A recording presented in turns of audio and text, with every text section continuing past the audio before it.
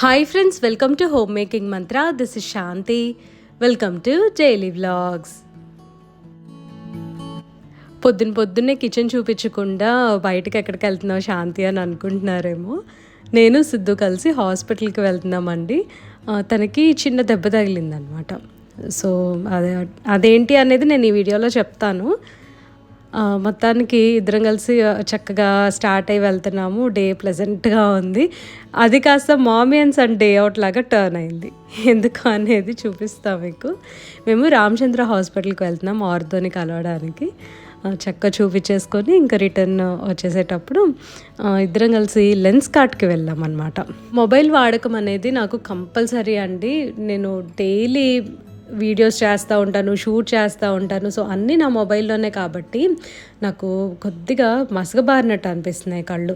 అంటే like drive చేసేటప్పుడు కొద్దిగా ఇబ్బంది అనిపిస్తుంది నైట్ టైం. అండ్ ఏదన్నా టీవీ చూసేటప్పుడు డిస్టెన్స్లో కొంచెం కింద సబ్ టైటిల్స్ చదువుదామంటే కూడా లైట్గా ఇబ్బందిగా అనిపించింది. సరే ఒకసారి చెక్ చేయించుకుందాము అని అనుకున్నా. పాస్ట్లో నాకు గ్లాసెస్ ఉన్నాయన్నమాట. కాకపోతే మధ్యలో నా సైడ్ కరెక్షన్ జరిగిపోయింది అనే ఫీలింగ్ వచ్చింది. అది కూడా ఎందుకు అని అంటే బాగా లాక్డౌన్లో తోటకూర తిన్నాను. దాని తర్వాత కూడా 1 year 1.5 year వరకు నాకు ఎటువంటి కళ్ళ సమస్యలు రాలేదు. కానీ సడన్గా ఎందుకో మళ్ళీ ఒక 6 monthsగా ఇబ్బంది పడుతున్నాను. దానికి తగ్గట్టు డైట్ కూడా తీసుకుంటున్నాను. లైక్ రెగ్యులర్గా క్యారెట్ తింటాము, ఎగ్ తింటాము. తోటకూర తగ్గించేసానండి. ఎందుకంటే కారణం ఏంటంటే ఆ పెద్ద ఆకులు తోటకూర ఉంటుంది కదా, అది దొరకట్లేదు. అది ఇష్టం మాకు. చిన్న ఆకులు కొంచెం టీడియస్ ప్రాసెస్ అను టేస్ట్ కొద్దిగా తక్కువే ఉంటుంది. అండ్ కళ్ళకి పొన్నగంటి మంచిది. పొన్నగంటి మాకు అన్నప్పుడల్లా దొరకదు. మెంతికూర ఒకటి కూడా చాలా తక్కువ దొరుకుతూ ఉంటుంది.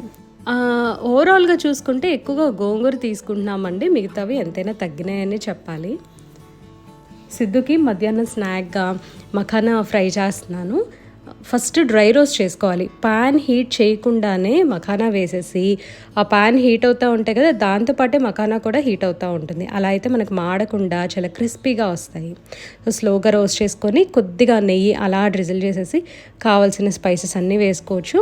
నేను ఇంతకుముందు కుర్కురే మసాలా అని చెప్పి ఒక చూపించాను కదా స్నాక్. సో అందులో ఏం వేసానో ఇందులో కూడా అంతే అండి. చాట్ మసాలా, ఆమ్చూర్ పౌడర్, ఉప్పు, కారము, కొద్దిగా పసుపు, జీరా పౌడర్ ఇవన్నీ వేసేసి చక్కగా కలిపేసా. చాలా క్రిస్పీగా ఉంటాయి అండ్ టేస్టీగా ఉంటాయి. బయట మనం అసలు మఖానా కొనుక్కొని అవసరం లేదు.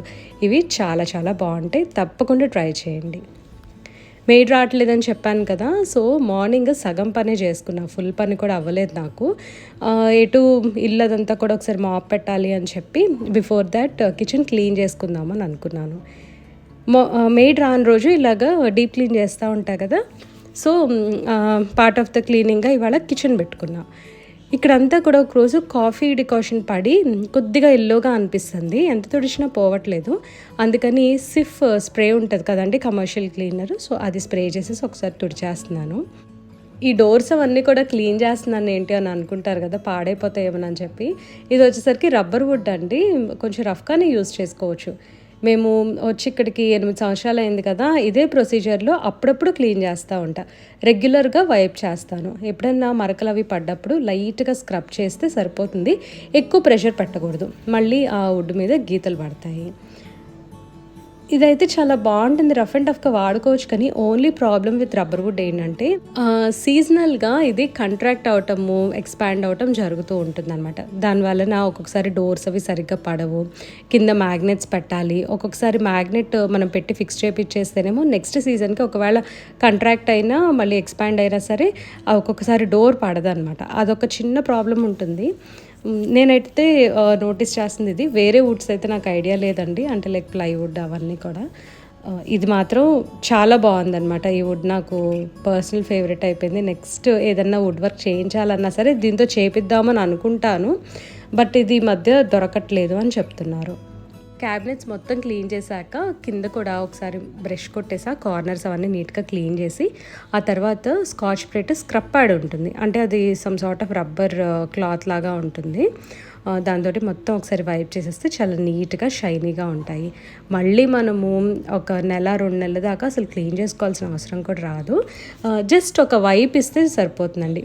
ఇలా డీప్ క్లీన్ చేసుకున్నప్పుడు ఒక 2-3 సార్లు కింద మాప్ చేస్తే చాలా నీట్గా ఉంటుంది.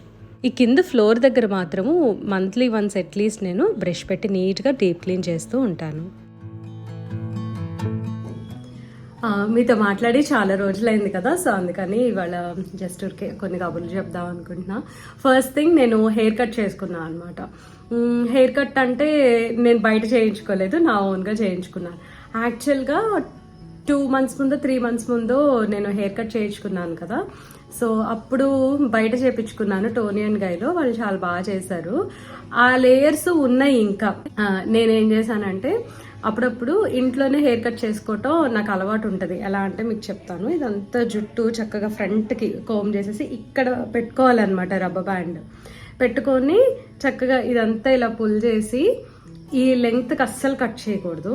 ఇక్కడ దాకా ఇక్కడ కట్ చేసుకోవాలి మనం, ఇక్కడ కానీ అప్పుడు మన ఫేస్కి ఏంటంటే కావాల్సిన అన్ని లేయర్స్ ఇట్లా వస్తాయి. ఇప్పుడు మీరు ఇక్కడ నుంచి మొదలు పెట్టారనుకోండి, మీ జుట్టు ఇంతే ఉంటుంది, ఆవిడ అస్సలు బాగొచ్చు చూడటానికి.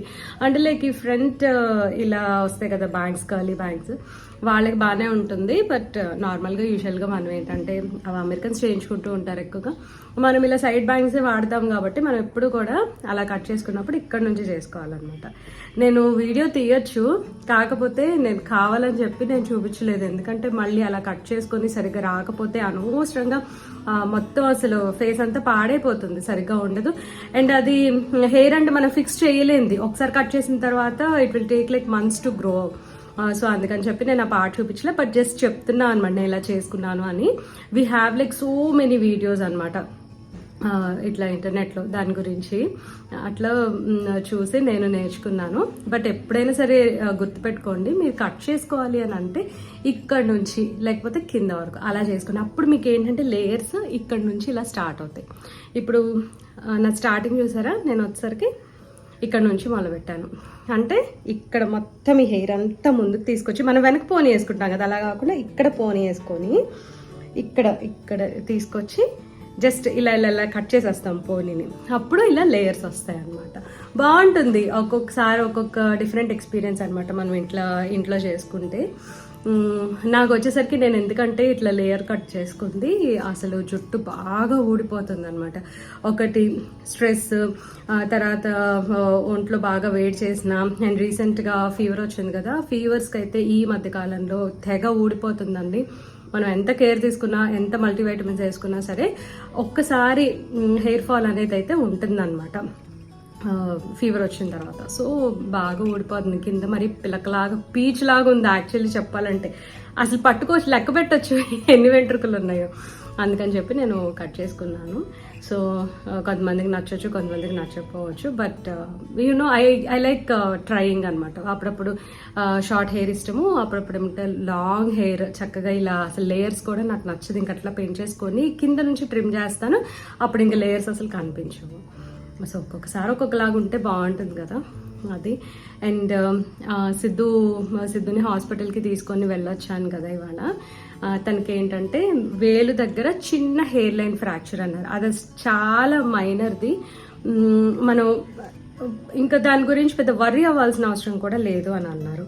యాక్చువల్లీ అది వచ్చేసరికి ఈవెన్ కట్టినా కట్టకపోయినా పర్లేదు, నువ్వు సాక్స్ వేసుకొని ఉండు, జాగ్రత్తగా ఉండు, మరి ఒక 2-3 weeks ఇంటెన్స్గా ఏది చేయకు అని చెప్పి అన్నారనమాట. సో నేనైతే బాగా వర్రీ అయ్యాను. అక్కడంతా కొంచెం వాచింది, పర్పుల్గా అయింది, లైక్ ఫుల్గా కాస్ట్ వేసేస్తారేమో, చాలా ఇబ్బంది పడాల్సి వస్తుంది అని అనుకున్నాను. కానీ అమ్మవారి దయ వల్ల చిన్న దాంతో పోయింది. తనేం లేదండి, ఇలా మంచం కోడి ఉంటుంది కదా, నడుస్తా ఉంటే ఇప్పుడు ఇది చిటికెన్ వేలు అయితే నడిచేటప్పుడు ఇది ఇలా పక్కకు వెళ్ళేది అనమాట కింద కాలుకి. సో అట్లాగా అది కొంచెం దాన్ని 3-4 days నుంచి పెయిన్ అంటున్నాడు. మేము వీకెండ్ తీసుకెళ్ళొచ్చు, కానీ మాకు తెలిసిన డాక్టర్ చెప్పారనమాట ఒక 2 days వెయిట్ చేయండి, అది ఎక్కువ వాపు కనిపించట్లేదు అని.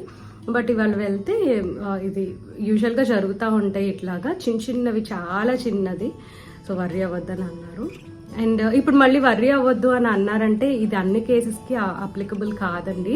ఇప్పుడు నేను ఏదైతే వీడియోస్లో చెప్తున్నానో కంప్లీట్గా నేను నా గురించి షేర్ చేసుకుంటాను. అండ్ నా ఒక్కదాని గురించి, నాకు సంబంధించిన వాళ్ళ గురించి నేను షేర్ చేసుకుంటాను. ఎందుకంటే నేను ఇది ఇలా స్ట్రెస్ చేసి చెప్తుంది. ఇప్పుడు మీరు ఒకటి వీడియోలో చెప్తున్నారు కదా, అది అందరూ నిజమే అనుకుని హాస్పిటల్స్కి వెళ్ళకుండా ఉంటారు ఇలా అని చెప్పి నాకు వస్తున్నాయి రీసెంట్గా కొన్ని కామెంట్స్. సో నేను అనేది ఏంటంటే ఒక్కొక్కల బాడీ తత్వం ఒక్కొక్కలాగా ఉంటుంది. సో అందరిది ఒకలాగా ఉండదు. అండ్ నాకు ఉండేది నా ఆలోచనలే కానివ్వండి, నేను టేక్ కేర్ చేసుకునేది డిఫరెంట్గా ఉండొచ్చు, మీరు చూసుకునేది డిఫరెంట్గా ఉండొచ్చు. అండ్ ప్రతిదానికి భయపడకూడదు, అలానే ప్రతిదీ ఈజీగా తీసుకోకూడదు. సో మనకు ఆ పాయింట్ అనేది తెలుస్తుంది, ఆ థ్రెషోల్డ్ అనేది. సో వెళ్ళాలి ఇంకా ఇప్పుడు like it's time to go అనేది వస్తుంది కదా. సో మన ఇన్స్టింక్ట్స్ చెప్పేస్తాయి అనమాట ముందుగానే, కానీ మనం గమనించుకోవాలి ఆ ఇన్స్టింక్ట్ చెప్తుందా లేదా అనేది. కొంతమందికి టెస్ట్లు అంటేనే చాలా భయం ఉంటుంది అనమాట. అందులో తప్పైతే లేదు, కానీ అలా భయం ఉన్నా సరే ఒకసారి ఏదైనా సరే టెస్ట్ చేయించుకుంటే చాలా మంచిది. నేను యాక్చువల్లీ రేపు బ్లడ్ టెస్ట్కి పెట్టుకున్నాను అనమాట. నేను లాస్ట్ టైం చెప్పాను కదా, వాచ్ రిమూవ్ చేయించుకున్నప్పుడు డాక్టర్ గారు చెప్పారని చెప్పి, ఒకటి డయాబెటీస్, అదే ఇన్సులిన్ రెసిస్టెన్స్ అంటారు కదా, సో అది రీజన్ అయి ఉండొచ్చు, థైరాయిడ్ అయి ఉండొచ్చు, హార్మోనల్ ఇంబ్యాలెన్స్. అండ్ కొత్తగా నేను విన్నది ఏంటంటే, మా కజిన్తో చెప్తున్నాను అనమాట, ఇలా అన్నారు అంటే ఈవెన్ బ్లడ్ సర్క్యులేషన్ లేకపోతే కూడా, ప్రోటీన్ లేకపోతే కూడా సరిగ్గా అలా చిన్న చిన్న వాట్స్ వస్తూ ఉంటాయంట. సో ఇది ఒక్క ఇన్సులిన్ రెసిస్టెన్సే కాదు, ఒక్క హార్మోనల్ ఇంబ్యాలెన్సే కాదు, ఒక్క థైరాయిడే కాదు, ఏదన్నా రీజన్ అయి ఉండొచ్చు. కాకపోతే మనకి ఏంటంటే ఒకటి అని చెప్పి మనం అట్లా ఫిక్స్ అయిపోయాం. సో అందరి బాడీ తత్వం డిఫరెంట్గా ఉంటుంది కాబట్టి డెఫినెట్గా ఏంటంటే ఒకసారి డాక్టర్ని కన్సల్ట్ చేసి అసలు మన ప్రాబ్లం ఏంటో టెస్ట్ చేయించుకొని తెలుసుకుంటే చాలా మంచిది. అండ్ సో అదండి. అండ్ నెక్స్ట్ ఇప్పుడు వరలక్ష్మి వ్రతం వచ్చేస్తుంది. 26th నుంచి మనకి శ్రావణ మాసం మొదలు కదా. ఇంకా ఏదైనా సరే మంచి కార్యాలు జరుపుకోవడానికి వీటన్నిటికీ కూడా చాలా మంచి టైము. మంచిగా యూటిలైజ్ చేసుకుందాము, బాగుంటుంది. మధ్యలోనే కృష్ణాష్టమి వచ్చేస్తుంది.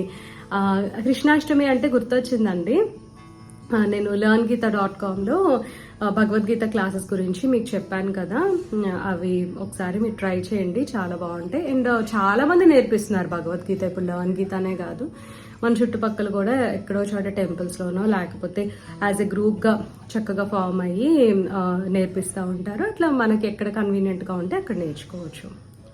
అండ్ నా బర్త్డేకి చాలా మంది విష్ చేశారు, ఇంకా విష్ చేస్తానే ఉన్నారు. చాలా చాలా థ్యాంక్స్ అండి. నేను నిన్న జస్ట్ ర్యాండమ్గా వ్లాగ్లో పోస్ట్ చేశాను, కానీ ఇట్లాగా ఇన్ పర్సన్గా కనిపించి నేను చెప్పలేదు కదా. ప్రతి ఒక్కరికి కూడా చాలా థ్యాంక్స్ అండి. అండ్ నా లైక్ మీరు నా వెల్ విషర్స్ లాగా నేను బాగుండాలి అని కోరుకున్నారు కదా విష్ చేయడంతో పాటు, అది చాలా చాలా హ్యాపీగా అనిపించింది. నిజంగా అన్కండిషనల్ లవ్ అంటే ఏంటో నేను చాలా మంది మన వ్యూవర్స్ దగ్గర నుంచి చూస్తున్నాను. అసలు నేను ఎవరో ఒక ఎక్స్ పర్సన్ నన్ను చూస్తున్నారు అండ్ నన్ను ఇష్టపడుతున్నారు అని అంటే డెఫినెట్గా ఏదో ఒకటి ఒక పాయింట్లో కనెక్ట్ అవుతారు. అలా అసలు నాకు ఇంకా ఏం చెప్పాలో నాకు తెలియట్లేదండి. Seriously I'm so happy and I'm so thankful and grateful to each and every one. నిజంగా అండి, from bottom of my heart చెప్తున్నా. ఊరికే జస్ట్ ఇట్లా కెమెరా ఉంది కదా ఏదో మాటలు చెప్పాలని కాదు. అందరికీ కూడా చాలా చాలా థ్యాంక్స్ అండి విష్ చేసిన వాళ్ళకి. ఇంకొక పెద్ద విషయం ఏంటంటే, నాకు మెయిడ్ రావట్లేదు, తనకి పాపం ఫీవర్ వచ్చిందనమాట. సరే ఒక 2-3 days రెస్ట్ తీసుకుంటుందిలే అనుకున్నా. ఇప్పుడు తను రాలేదు కాబట్టి ఫుల్ పని అంతా నేనే చేసుకోవాలి. అయితే మా హస్బెండ్ చక్కగా హెల్ప్ చేస్తున్నారు అనమాట. ఎందుకంటే ఇది డిషెస్ వాషింగ్లో తనకి డిష్ వాష్ చేస్తున్నప్పుడు చెయ్యి ఉంటుంది కదా, అది చాలా ఫ్లెక్సిబుల్గా ఉంటుందంట. సో నేను ఏం చేస్తున్నా అంటే, తనకి ఒక చిన్న పోర్షన్ ఆఫ్ డిషెస్ ఉన్నాయి అనుకోండి, అప్పుడు వదిలేస్తున్నాను, తనకి ఇచ్చేస్తున్నా వాష్ చేయడానికి. ఆ టైంలో తను ఇలా హోల్డ్ చేస్తారు కదా, చెయ్యి అంతా కూడా బాగా ఫ్లెక్సిబుల్గా ఉంటుందంటే బాగుంటుంది, లైక్ ఎక్సర్సైజ్ లాగా అనిపిస్తుంది అన్నారు. సో అందుకని తనకు ఆ పని అప్పు చెప్పేశాను. ఇంకా ఎక్కువ ఉన్నాయి, బాగా ఇంటెన్స్ క్లీనింగ్ కావాలి, వాటికి ఫుల్ డీప్ క్లీనింగ్ కావాలన్న వాటిని నేను చేసేసుకుంటున్నా. ఇల్లు మాత్రము చక్కగా మనం క్లీన్ చేసుకుంటుంటే ఆ ఫ్రెష్నెస్, క్రిస్ప్ అండ్ క్లియర్గా నీట్గా కనిపిస్తుంది కదా, ఆ స్పార్కే డిఫరెంట్గా ఉంటుంది. సో అదండి. అండ్ లైఫ్లో చాలా చేంజెస్ జరుగుతున్నాయి. అండ్ ముందు ముందు నేను ఇంకా చాలా అప్డేట్స్ ఇస్తాను మీకు, ఏం జరిగింది పాస్ట్లో, ఏం జరిగింది ఇప్పుడు, ఏం జరుగుతుంది అనేది. వేటికైనా సరే కొంత టైం అనేది కావాలి కదా. అన్ని మంచి విషయాలు ఉన్నాయి, చెడు విషయాలు ఉన్నాయి, లైక్ మిక్స్ అండ్ మ్యాచ్ అనమాట. నేను ఎప్పుడూ చెప్తూ ఉంటాను కదా, మనం నమ్ముకున్న దేవుడు ఎప్పుడూ కూడా ఒకటి చెడు చేశాడు అంటే ఖచ్చితంగా మంచి చేస్తాడనమాట. సో అట్లాగే ఇప్పుడు నా లైఫ్ కూడా అట్లాగే ఉందన్నమాట. ప్రస్తుతము మంచి జరుగుతుంది, ప్యారలల్గా చెడు జరుగుతుంది, మళ్ళీ మంచి జరుగుతుంది, అట్లాగే ఇట్స్ గోయింగ్ ఆన్.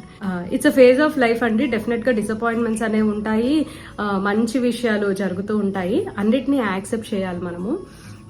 అలా అని చెప్పి ఏడవకుండా కూర్చోవద్దు అని అయితే నేను చెప్పను. ఏడ్ చేసేస్తే ఆ ఎమోషన్ అనేది క్లియర్ అయిపోతుంది అనమాట. అక్కడ అసలు ఆ పెయిన్, ఆ సారో అనేది అంతా ఆ టీయర్స్లో బయటకు వచ్చేస్తుంది. మనకు కూడా ఏంటంటే లైక్ మళ్ళీ వీల్ ఫీల్ రిఫ్రెష్డ్. ఒకసారి చూడండి, మనసులో చాలా బాధగా ఉన్నప్పుడు మనకి చెప్పుకోవడానికి ఎవ్వరూ లేకపోతే చాలా బాధగా ఇంకా ఇంకా ఇలా కుంగిపోతూ ఉంటాం. ఒకసారి ఏడ్ చేసినా, ఒకసారి మనకి ఎవరు లేరు చెప్పుకోవడానికి అనుకుంటే కొంచెం మన పూజా రూమ్లో కూర్చొని ఒక 2 నిమిషాలు ఏడ్చినా సరే అసలు ఆ పెయిన్ అంతా పోయి ఒకలాంటి ఎనర్జీ వచ్చేస్తుంది అనమాట. సో ఎప్పుడు కూడా మనము ఆ ఫ్రస్ట్రేషన్ని, ఆ పెయిన్ని వెంట్ అవుట్ చేసేసుకుంటూ ఉండాలి. అందుకనే అందరితో మాట్లాడాలి అని అంటారు. అలా అందరికీ కుదరకపోవచ్చు అందరితో మాట్లాడటము, ఇంట్లో వాళ్ళతో మాట్లాడటం. కొన్ని చెప్పుకోగలం, కొన్ని చెప్పుకోలేము. సో అట్లాగా ఎప్పటికప్పుడు వెంట్ అవుట్ చేస్తుంటే హ్యాపీగా అనిపిస్తుంది. అండ్ నెక్స్ట్ అండి, ఇప్పుడు మనకి శ్రావణ శుక్రవారం వచ్చేస్తుంది కాబట్టి ఖచ్చితంగా మనకి బోల్డ్ అనే డౌట్స్ వస్తాయి. ఇది చేయొచ్చా, అది చేయొచ్చా, వరలక్ష్మి వ్రతం అప్పుడు ఇట్లాగే పెట్టుకోవాలి, అట్లాగే పెట్టుకోవాలి అని కాకుండా చక్కగా మన అమ్మోళ్ళు ఎలా చేసుకున్నారు అదే ఫాలో అయితే అసలు ఎంత హ్యాపీగా అయిపోతుందో పూజ. ఒకళ్ళకి మనం చూపించుకోవాల్సిన అవసరం లేదు, ఒకళ్ళు మనల్ని మెచ్చుకోవాల్సిన అవసరం అంతకన్నా లేదు. మనల్ని వాళ్ళు కాదండి చూసేది, అమ్మవారు చూసిందా లేదా అని అనుకోవాలి. నేను ఒక చోట విన్నా అనమాట, ఐ థింక్ ఒక రీల్లో అనుకుంటా, ఇన్స్టాలో నాకు గుర్తులేదు. అసలు మనము వాళ్ళు అనుకుంటారు, వీళ్ళు అనుకుంటారు, లేకపోతే వాళ్ళకి భయపడతాం, వీళ్ళకి భయపడతాము, కానీ అసలు నిజంగా చూస్తున్న దేవుడికి ఎవరు ఎందుకు భయపడరు అని చెప్పి తను అంటున్నారు అనమాట ఆ రీల్లో. నిజంగా నేను అది సేవ్ చేసి ఉండాల్సిందండి. నేను చూసి నవ్వుకున్నా, నిజమే కదా అసలు అని చెప్పి. బాగుంది కదా, బాగా చెప్పారు కదా. మనల్ని నిజంగా చూస్తున్నాడు అన్న దేవుడికి మనం భయపట్టలేదు, కానీ ఇట్లా మనకి కళ్ళతో కనిపిస్తుందే నిజం అనుకుంటాం, కానీ కనిపించనిది అసలు మోస్ట్ పవర్ఫుల్ కదా. సో ఇదండి ఇవాళ వీడియో. మీ అందరికీ నచ్చింది అనుకుంటున్నాను. నచ్చితే తప్పకుండా లైక్ చేయండి, కమెంట్ చేయండి, ఛానల్కి సబ్స్క్రైబ్ చేసుకోండి. Thank you for watching. Thank you for your time.